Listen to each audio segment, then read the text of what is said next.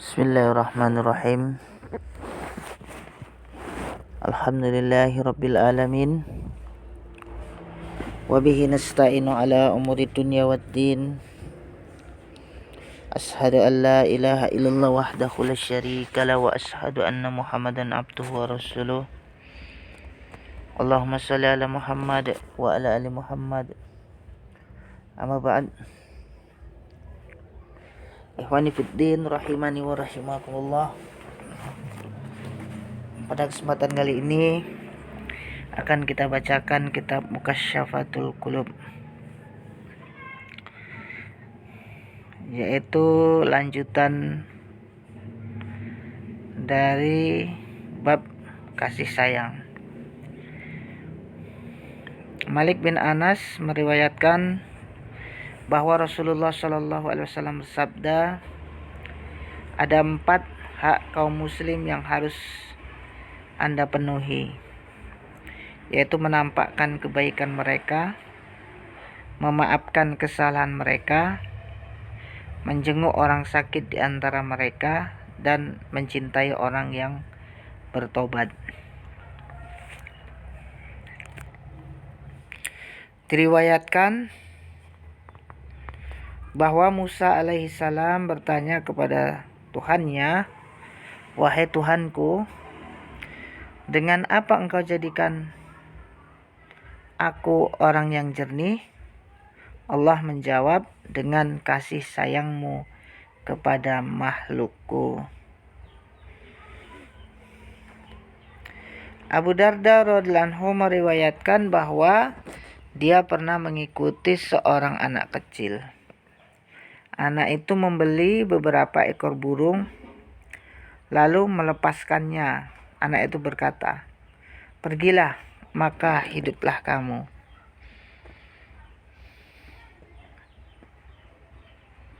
Rasulullah SAW bersabda, perumpamaan orang-orang mukmin dalam kasih sayang, saling cinta, dan saling menyambung silaturahim di antara mereka adalah seperti satu tubuh. Apabila salah satu anggota tubuhnya sakit, anggota tubuh yang lain merasakan demam dan menyebabkan sulit tidur.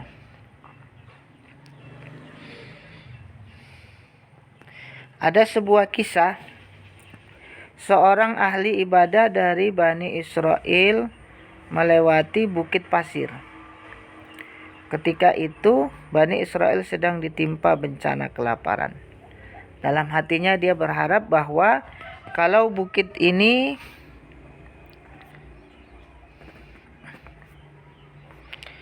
menjadi tepung, maka kenyanglah perut Bani Israel. Kemudian Allah mewahyukan kepada Bani Israel agar menyampaikan kepada orang itu, Allah telah mewajibkan pahala bagimu yang kalau menjadi tepung, maka kenyanglah perut seluruh manusia. Oleh karena itu Rasulullah SAW bersabda, niat orang mukmin itu lebih baik daripada perbuatannya. Pada suatu hari Nabi Isa alaihissalam keluar rumah. Dia bertemu dengan iblis yang sedang membawa madu di tangan kanannya dan debu di tangan kirinya. Isa alaihissalam bertanya, "Wahai musuh Allah, apa yang engkau kerjakan dengan madu dan debu ini?" Iblis menjawab, "Madu ini aku oleskan pada mulut orang-orang yang sedang bergunjing sehingga mereka larut dalam pergunjingan.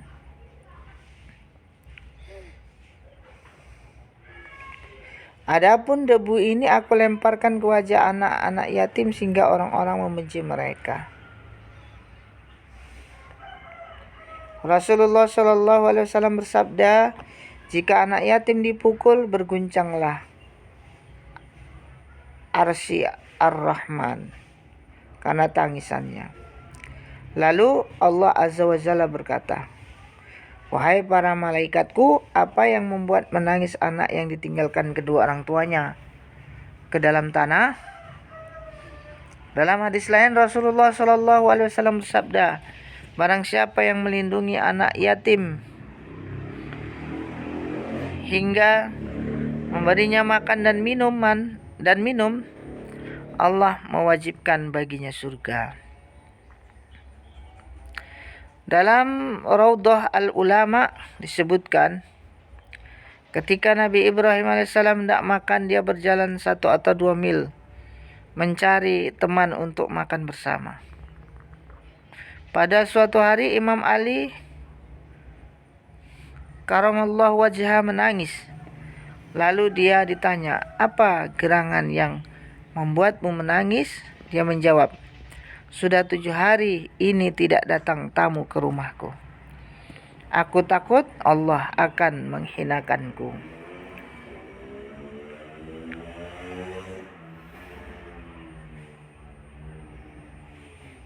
Rasulullah SAW bersabda, barang siapa yang memberi makan seseorang yang sedang lapar karena mengharap ridha Allah, wajiblah surga baginya. Sebaliknya, barang siapa yang tidak memberi makan orang yang sedang lapar, pada hari kiamat Allah akan menahan karunia-Nya dan mengajabnya dalam neraka. Kedermawanan itu dekat kepada Allah, dekat ke surga, dan dekat kepada manusia, serta jauh dari neraka. Adapun kebakhilan itu jauh dari Allah, jauh dari surga, jauh dari manusia, tetapi dekat ke neraka.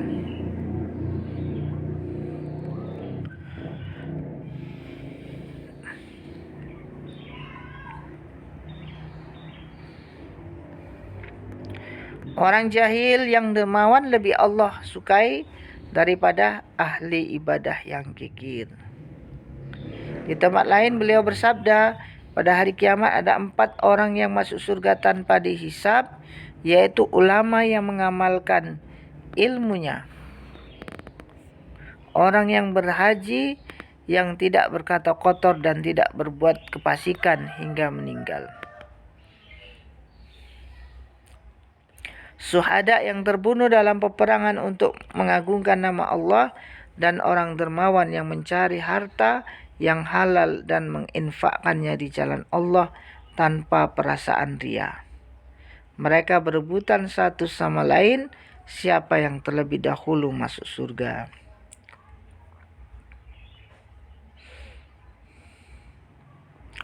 Ibnu Abbas meriwayatkan bahwa Rasulullah SAW bersabda, Allah SWT memiliki hamba-hamba yang dikhususkan dalam pemberian kenikmatan untuk dimanfaatkan oleh hamba-hamba yang lain.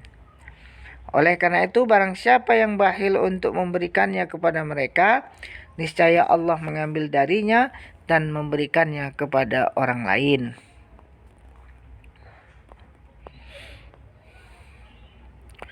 Diriwayatkan dalam sebuah hadis, kedermawanan adalah salah satu pohon di antara pohon-pohon surga. Dahan-dahannya menjulur ke bumi. Bagi yang mengambil salah satu dahannya, itu akan memandunya ke surga. Jabir meriwayatkan bahwa Rasulullah SAW pernah ditanya, amalan apa yang paling utama? Nabi SAW menjawab, kesabaran dan lapang dada.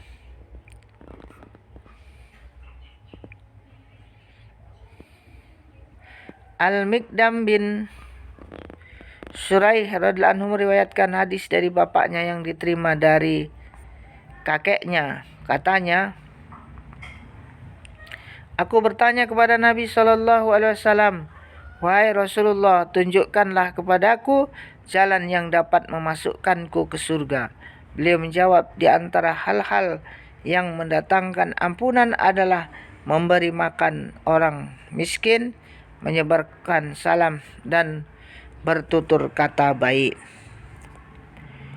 Ikhwani fiddin rahimani wa rahimakumullah. Demikianlah telah kita bacakan kitab Mukasyyafatul Qulub bab tentang kasih sayang, yaitu menjelaskan keutamaan tentang kasih sayang, dan kepedulian terhadap sesama makhluk Allah SWT.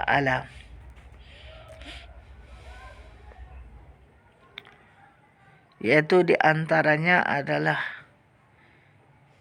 bersikap dermawan,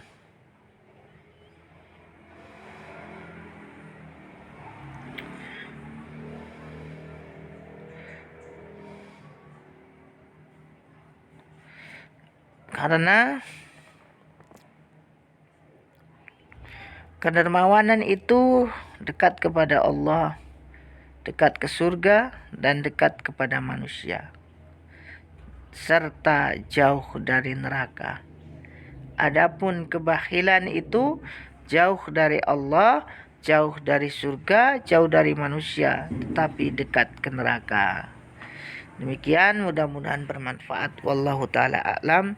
Subhanakallahumma wa bihamdika asyhadu an la ilaha illa anta astaghfiruka wa atubu ilaik. Wassalamualaikum warahmatullahi wabarakatuh.